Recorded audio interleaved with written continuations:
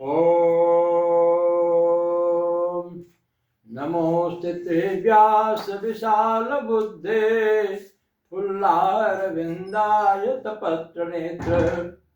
येन त्वया भारत तैलपूर्णः प्रज्वालितो ज्ञानमय प्रदीपः आनंद हरे हरे बोल पागल मन रे आनंद गुरु गुरु बोल पागल मन रे आनंद हरि हरि बोल पागल मन रे आनंद गुरु गुरु बोल पागल मन रे सब मिल के चलो हिल मिल के चलो परमात्मा की ओर जगदात्मा की ओर जगदाधार की ओर सर्वाधार की ओर आनंद गुरु गुरु बोल पागल मन रे आनंद हरि हरि बोल पागल मन रे आनंद गुरु गुरु बोल पागल मन रे आनंद हरि हरि बोल पागल मन रे यम प्रव्रजंत मनुपेतमपेत कृत्यम द्वैपायनो विरह कातर माजुहाव पुत्रेति तन्मयतया तरवो विनेदोस तम सर्वभूत हृदयं मुनिमानतोस्मि यह स्वानुभाव मैखलसुत्सारमेकम् अध्यात्मदीपं तिदीर्षूयतां तमोन्दं संसारिणां करुणयाः पुराणगुह्यं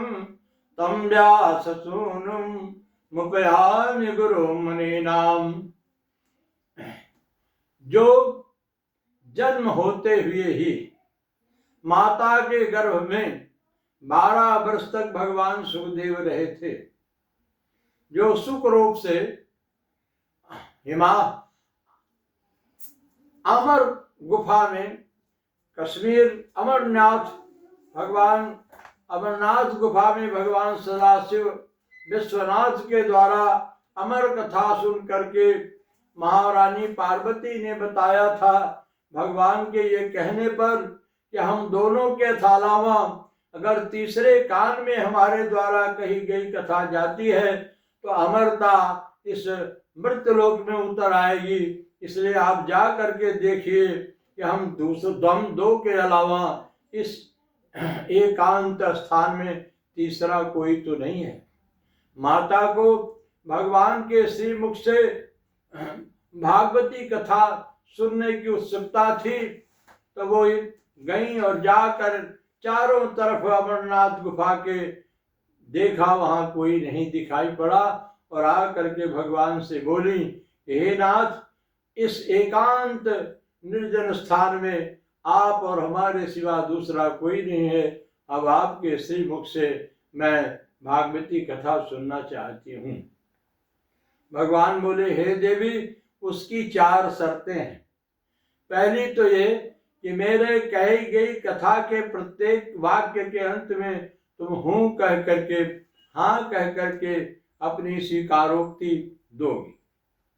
दूसरी शर्त यह है कि तुम्हें बीच में आलस्य में नींद न आए, और तीसरी शर्त यह है कि बीच में तुम किसी प्रकार का तर्क नहीं करोगी, बहस नहीं करोगी, और चौथी कथा यह है कि तुम ये कथा हम दोनों के अतिरिक्त किसी तीसरे से नहीं कहो। माता ने स्वीकार किया और भगवान अमृतमयी कथा भगवान की रासलीला महोत्सव में चित्तवृत्ति चली गई, और भगवान पिता राते सरदोत फुल मल्लिका दीक्षरंतुम मनश्चक्रे योग मायामुपासिता दृष्ट्वा कुमुदवन्तमखण्डमण्डलम् रमाननाभं नवकुङ्कुमारुणं वनं च तत्कोमलगोभिरञ्जितं जगौकलं वामदिशां मनोहरं निशम्य गीतं तदनंग वर्धनम ब्रजश्रिय कृष्ण गृहीत मानसा आजग्मुरन्यो नमलक्षितो द्यवाः सया सयत्र कांतो यवलोल कुंडलाः। भगवान पिछले वर्ष शरद ऋतु की रात्रि में गोपियों से कहा था, गोपियां जन्म जन्मांतर से संतों महात्माओं सेवकों अनुचरों के रूप में भगवान की अंतरंग सेवा करते करते भगवान की सहचरी रहकर भगवान के अंग संग भगवान का पूर्ण प्रेम रस पाने के लिए इस समय गोपी के रूप में सब देवता आए हुए थे। और भगवान ने पिछले वर्ष की शरद ऋतु को आश्वासन दिया था कि भविष्य इन्हीं शरद ऋतु की लंबी रातों में मैं महारास लीला करके अपने अद्भुत ऐश्वर्य माधुर्य निधि कला का और प्रेम सुधा सौंदर्य निधि का प्रसारण करूंगा। भगवान 12 बजे रात्रि के समय यमुना के किनारे गए और वहां क्या देखते हैं कि दृष्ट्वा कुमुदबंतम अखंड मंडलम नमाम नमामि राम, दृष्ट्वा कुमुदबंतम अखंड मंडलम रमाननाभम नव कुंकुमारुणम। वहां भगवान ने देखा कि 12 बजे रात कुमुद आदि पुष्प जो प्रातः काल सूर्योदय के समय खिलते हैं, मल्लिका, जूही, चंपा, केतकी और कुमुद पुष्प खिले हुए थे। रात के समय भ्रमर गुंजार कर रहे थे और मध्य रात्रि को चंद्रमा जो 12 बजे सिर के ऊपर आ जाता है, भगवान ने देखा कि वह पूरब की ओर से उदय हो रहा था। प्रकृति का यह खेल देख करके भगवान को अपने किए हुए वादे की याद आई कि मैंने गोपियों से कहा था कि भविष्य में शरद ऋतु की रात्रियों में मैं महारास लीला करके और आप सबको अपने दिव्य प्रेम और आह्लाद का अनुभव कराऊंगा। भगवान अपनी मुरली बजाए और यह शरद पूर्णिमा का दिन था। गोपियां अपने गृहों में मधुपाक बना रही थी, कोई पूरी तल रही थी, कोई हलवा संजाव बना रही थी, कोई श्रृंगार कर रही थी, कोई वस्त्र पहन रही थी, कोई अपने सास ससुर को दवा दे रही थी, कोई अपने बच्चों को दूध पिला रही थी। जैसे ही भगवान की मधुर मुरली बजी, वो सब कुछ अपनी गोद से बच्चों को उतार करके इस संसार में मनुष्य को अपना शरीर, पुत्र और पत्नी, धन से बढ़कर कुछ नहीं होता है। जब मनुष्य की मनस्थिति ऐसी होती है कि वह पुत्र और शरीर और परिवार को भी छोड़ करके भगवान के वियोग में चल पड़ता है,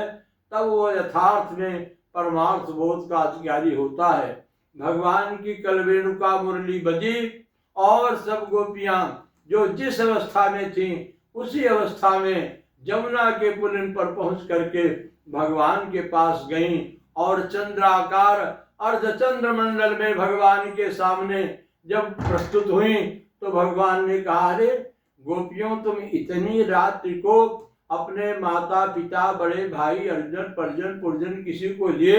एकांत में भारतीय संस्कृति के विरुद्ध तुम के क्यों आई हो?